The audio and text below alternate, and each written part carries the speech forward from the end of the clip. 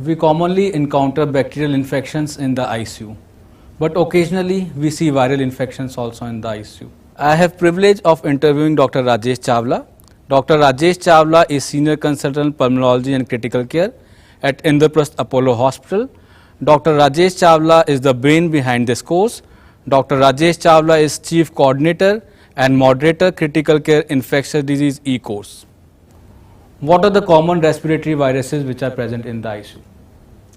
See, patient with viral infection do present in the ICU.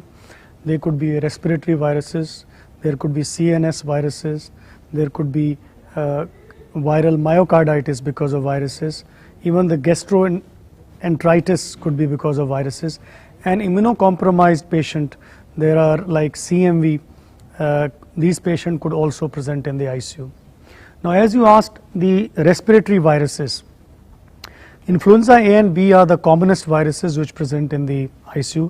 Parainfluenza, adenovirus, metapneumovirus, and the coronavirus, rhinovirus. These are the common viruses which can result in a serious illness and present in the ICU. Then in immunocompromised patient or in an immunocompetent patient who has been staying in the ICU for a long time, CMV, varicella zoster virus, the HSV, they can also cause illness and present in the ICU. When will you suspect H1N1 pneumonia in an ICU patient? You know, H1N1 of course has become common. It was a pandemic and now it presents as a seasonal infection. But you know, depending on if you are seeing in your region the influenza virus, particularly in winter, patient has got a fever, cough, these patients usually will be treated by a general physician. They will only present in the ICU if you get a respiratory symptoms. They have a bilateral shadows, respiratory symptom with a symptom suggestive of influenza. You should suspect H1N1 and you should test for H1N1 in these patients. When are these patients admitted to the ICU? You know, these patients will be admitted in the ICU if there is a severe physiological derangement. Like patient is very dyspneic, his respiratory rate is very high, his hypoxemic, and these are the major indication of their admission in the ICU, because H1N1 most of the time will present as a single organ failure. So respiratory derangements, hypoxemia is the major reason for the H1N1 presenting in the ICU. When will you advise H1N1 test, which is H1N1 RT-PCR in a suspected case? Of course, these patients who present with H1N1, if you have a suspicion of H1N1, you should advise RT-PCR because that's a very good test. And if you suspect, you should start the oseltamivir without waiting for the laboratory result, because there are various studies which have shown the delay in starting the antiviral, the worse outcome. It has been seen in children, it has been seen in pregnant ladies, and in other adults also. If you delay starting the oseltamivir, the outcome is worse.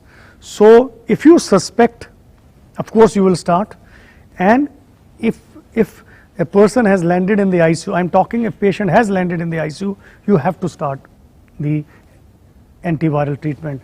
But outside the ICU, you don't give every patient who is H1N1 positive the oseltamivir.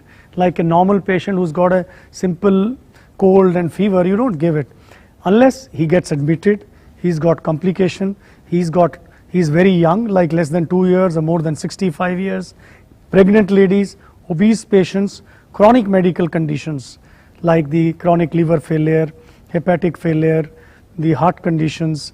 All these patients who have a chronic respiratory illnesses, these patients when they get H1N1, you have to give treatment. What isolation precautions will you take for a patient who had H1N1 pneumonia? See, normally you need not have a separate H1N1 ward. They are admitted in the normal ICUs. But if you have diagnosed, these patients should be put in an isolation room.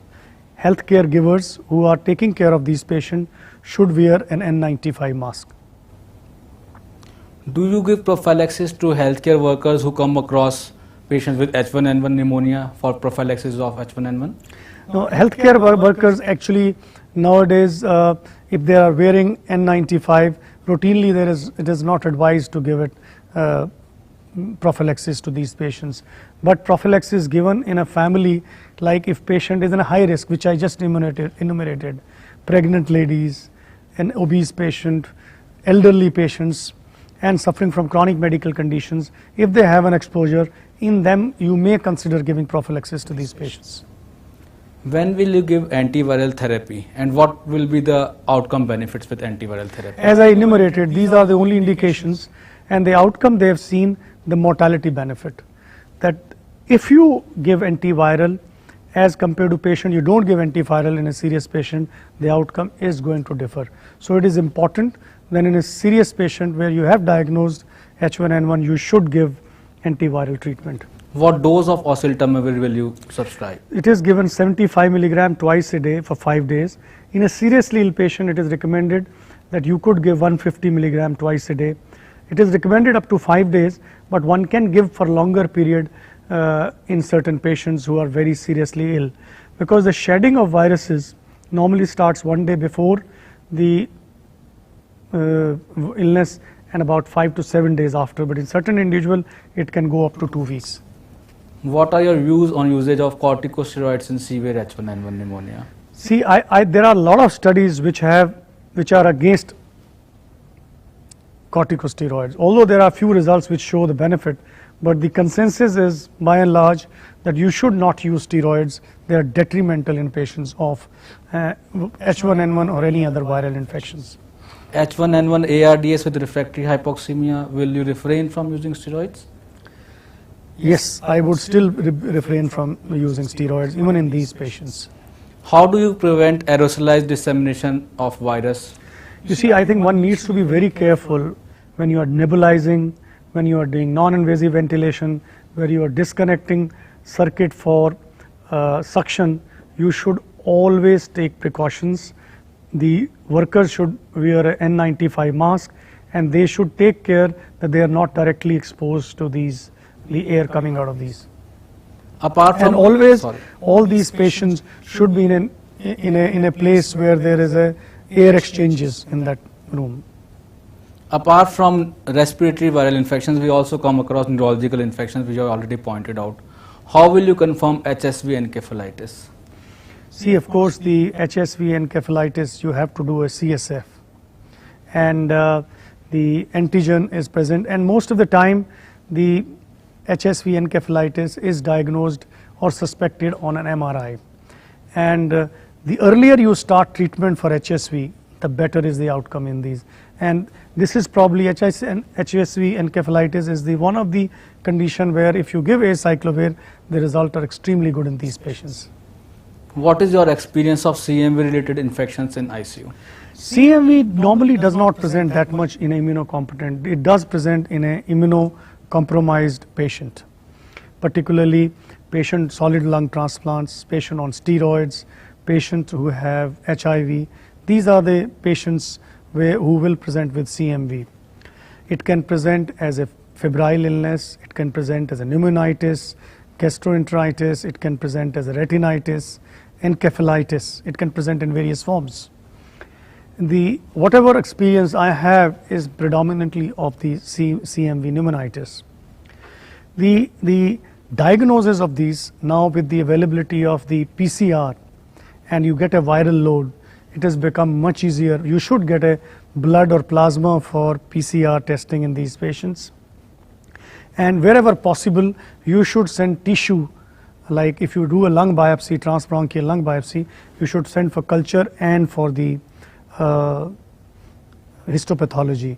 And if you get inclusions in the ball, just isolating CMV in the ball has no significance. If you see the inclusion in the ball, or you find tissue culture positive, or you get the histopathology, immunocytochemistry suggestive of CMV, then you diagnose a patient suffering from the cytomegalovirus. The treatment is ganciclovir, but because of poor bioavailability of the oral ganciclovir, the valganciclovir, which is converted into ganciclovir and has a good bioavailability, is becoming the drug of choice in these patients. And the other drug are there, fosacornate and the Cidovir. but most often the Velgain-cyclovir is the drug of choice.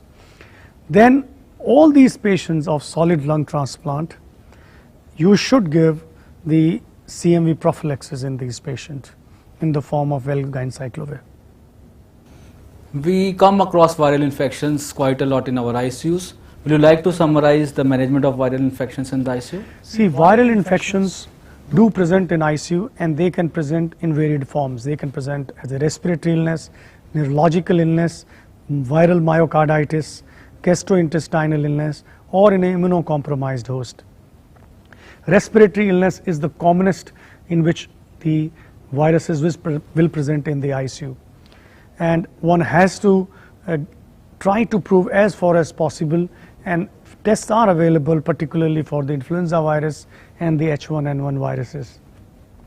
If you suspect in a critically ill patient H1N1 infection, after you send the nasal smear, nasopharyngeal swab, or bronchial lavage or ET secretion for the RT-PCR, you should start the oseltamivir.